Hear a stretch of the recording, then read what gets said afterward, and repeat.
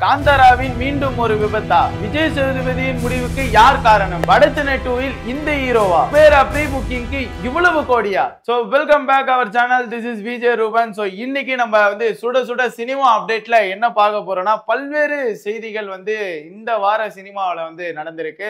So என்னன்னு பார்த்தீங்கன்னா, காந்தாரா மூவில தொடர்ச்சியா ஆல்ரெடி ஒரு 3 ஆக்சிடென்ட்டை சந்திச்சிருந்தாங்க. ஸோ அதை தொடர்ந்து பல்வேறு சர்ச்சை. இந்த காந்தாரா 1 மிகப்பெரிய பிளாக் பஸ்டர் ஹிட்டா இருந்தது. ஸோ அதை தொடர்ந்து இந்த காந்தாரா 2க்கு மக்களிடையே பேன் இண்டியா மூவியா இருக்கு. ஸோ இந்த பேன் இண்டியா மூவில எல்லா ஸ்டேட்ல இருக்க மக்களும் இந்த ஒரு படத்துக்காக வெயிட் பண்ணிட்டு இருந்தாங்க. பார்ட் 1 படத்துக்கு பெரிதளவுல செலவுகள் இல்ல அப்படின்ற ஒரு பட்சம் இருந்தது. ஸோ கம்மியான பட்ஜெட்லயே முடிச்சுட்டாங்கப்பா அப்படின்ற மாதிரி பல பேசும் பொருளா இருந்தது. ஆனா இந்த படத்துக்கு பல்வேறு பொருள் சேதங்களும் அதுக்கப்புறம் நிறைய பட்ஜெட்டை இன்வெஸ்ட் பண்ணி தான் இந்த படத்தை எடுப்பதா இருந்தது. தொடர்ந்து 3 பேர் இந்த படத்துல ஆல்ரெடி உயிரிழப்புகள் அப்படின்ற ஒரு விஷயம் வேற ஒரு காரணத்துக்காக உயிரிழந்தாங்க. ஆனா இந்த படத்துல இருந்தவங்க தொடர்ச்சியா சாகுறாங்கப்பா அப்படின்ற மாதிரி பல்வேறு இடத்துல செய்திகள் அடிபட்டு பல மக்கள் ஒரு அதிர்ச்சிக்கு உள்ளா இருந்தாங்க. அந்த க்ரூ மெம்பர்ஸே ஒரு அதிர்ச்சியா தான் இருந்தாங்க.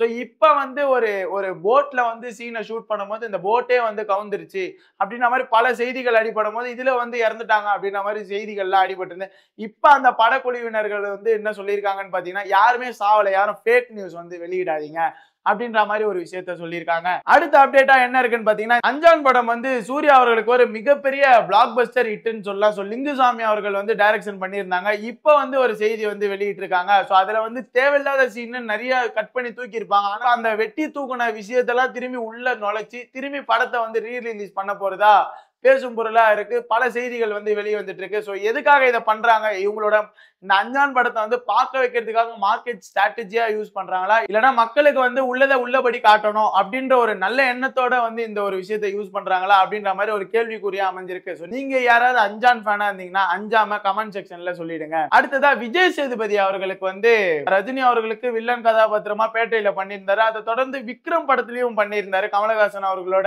வில்லன் கதாபாத்திரமா பண்ணியிருந்தாரு. சோ அதுக்கப்புறம் ஜவான் ஷாருக் கான் கூடயும் பண்ணியிருந்தாரு. சோ அதுக்கப்புறம் அவர் ஒரு பேட்டியை கொடுத்திருந்தாரு. நான் இதுக்கப்புறம் கதாபாத்திரம் வில்லன் கதாபாத்திரம் பண்ணவே மாட்டேன் அப்படின்ற மாதிரி சொல்லியிருந்தாரு.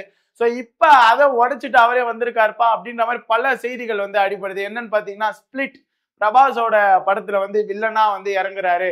அதுல அவருக்கு ஒரு 12 கோடிக்கு மேல கொடுக்குறாங்க. சோ கம்மி ஷெட்யூல்லே ஒரு 12 கோடின்றது முக்கியமான பட்ஜெட்டா இருக்கவே அவர் அதுக்கு ஒப்புக்கொண்டார் அப்படின்ற மாதிரி பல்வேறு செய்திகள் அடிபடுதுங்க. விஜய் சேதுபதி அவர்களோட ஃபேன் யாரா இருந்தீங்கன்னா, அவர் வில்லனா பண்ணலாமா ஹீரோவா பண்ணலாமான்னு நீங்க மறக்காம கமெண்ட் செக்ஷன்ல பதிவிட்டுருங்க. சோ அடுத்த அப்டேட்டா என்ன இருக்குன்னு பாத்தீங்கன்னா, குபேரா. சோ இந்த குபேரான்ற படம் மிகப்பெரிய பேசும் பொருளா இப்ப சமீபத்துல அமைஞ்சிட்டு இருக்கு. ஏன்னா ஒரு பக்கமும் இந்த ஆடியோ லான்ச் அப்படின்ற ஒரு விஷயத்த ஸ்டேட் வாரியா பிரிச்சு பண்ணிட்டு இருக்காங்க. ரீசெண்டா நீங்க பாத்திருப்பீங்க, ராஷ்மிகா அவர்களை தமிழ்ல பேச சொல்லி அங்க இருக்க ஆடியன்ஸ்லாம் சொல்லியிருப்பாங்க. ஆனா அவங்க பேச மாட்டேன்ட்டு மறுத்து இருப்பாங்க. ஏன்னா ஹிந்தி ரிப்போர்ட்டர்ஸ் எல்லாம் இருக்காங்க, அவங்களுக்கு எல்லாம் புரியாம போயிடும் அப்படின்னு சொல்லிட்டு ஹிந்தியில பேச ஆரம்பிச்சிருப்பாங்க. சோ இதை கவனிச்ச நம்ம தனுஷ் அவர்கள் என்ன பண்ணாங்கன்னா, எடுத்தோன்னு தமிழ்ல பேசினாரு. அவர் தக் லைஃப் மூமெண்டா அங்க கொடுத்திருந்தாரு. சோ அதை தொடர்ந்து பார்க்கும்போது இந்த படத்தோட ப்ரீ புக்கிங் ஷோ எவ்வளவு க்ரோஸ் கலெக்ட் ஆயிருக்குன்னு பாத்தீங்கன்னா, 36 crores ப்ரீ புக்கிங் ஷோஸ்லயே கலெக்ட் ஆயிருக்கு அப்படின்ற மாதிரி பல செய்திகள் அடிபடுது. சோ இந்த படம் ஒரு பிளாக் பஸ்டர் வெற்றி படமா இந்த வாரத்துக்கான படமா இருக்கு. அடுத்த அப்டேட் என்னன்னு பாத்தீங்கன்னா, வடச்சென்னை 2. சோ எங்க போனாலும் இந்த ஒரு பக்கம் வெற்றிமாறன் அவர்கள் கிட்ட போனா வடச்சென்னை 2 அப்டேட் கேட்பாங்க, தனுஷ் அவர்கள் போனா வடச்சென்னை 2 அப்டேட் கேட்பாங்க, இப்ப புதுசா சிம்பு அவர்கள் போனா வடச்சென்னை 2 அப்டேட் கேட்பாங்க. அந்த நிலைமைக்கு வந்துருச்சுங்க. என்னன்னு பாத்தீங்கன்னா, தனுஷ் அவர்கள் தான் வடச்சென்னை 2 பண்றதா அப்படின்ட்டு பல பேசும் போறலாம். ஏன்னா ஃபர்ஸ்ட்ல அவர் தான் பண்ணியிருந்தாரு, தொடர்ச்சியா வடச்சென்னை 2 அவர் தான் பண்ண போறாருன்னு மக்கள் பல்வேறு எதிர்பார்ப்போட இருந்தாங்க. சோ இப்ப அதுக்கு ஒரு முற்றுப்புள்ளியா வெற்றிமாறன் அவர்கள் வச்சிருந்தாங்க. என்னன்னு பாத்தீங்கன்னா, தனுஷ் அவர்கள் கிட்ட போயிட்டு உங்களோட கால் ஷீட்டும் என்னோட கால் ஷீட்டும் கொஞ்ச நாள் ஒத்து போல. சோ நீங்க வேற ஒரு படங்கள்லாம் பண்ணிட்டு இருக்கீங்க, நான் இந்த பக்கம் ஒரு படங்கள்லாம் பண்ணியிருக்கேன். ஆல்ரெடி வெற்றிமாறன் அவர்களுக்கு வாடி வாசல் ஒரு டிராப்பா அமைஞ்சிருச்சு. சோ அதுக்கப்புறம் அவர் ஒரு படம் ப்ரொடியூஸ் பண்ணியிருந்தாரு. அந்த படத்தோட ரிலீஸும் கன்வீனியன்ட்டா இல்ல. ஒரு பக்கம் அதுக்காக அலைஞ்சிட்டு இருக்கும் போது இவர் எக்கனாமிக்கலா பினான்சியலா டவுனா இருக்கும் போது இப்போ உடனே ஒரு படம் பண்ணணும் அப்படின்ற ஒரு சம்பவம் இருந்தது. ஸோ இந்த பக்கம் சிம்பு அவர்களுக்கு தக் லைஃப் ஒரு மிகப்பெரிய வெற்றி படமா அமையல. ஸோ ஒரு பக்கம் ஒரு பேசும் பொருளா தான் சிம்பு அவர்கள் தக் லைஃப்ல அமைஞ்சாரு. ஸோ அவருக்கு ஒரு வெற்றி படம் அப்படின்ற ஒரு முக்கியமா இருந்தது. இவங்க 2 பேருக்கும் வெற்றி படம் இப்போ ஒரு முக்கிய படமா இருக்கும் போது 2 பேரும் இணைஞ்சு இந்த வடச்சென்னை 2ல களம் இறங்குறாங்க.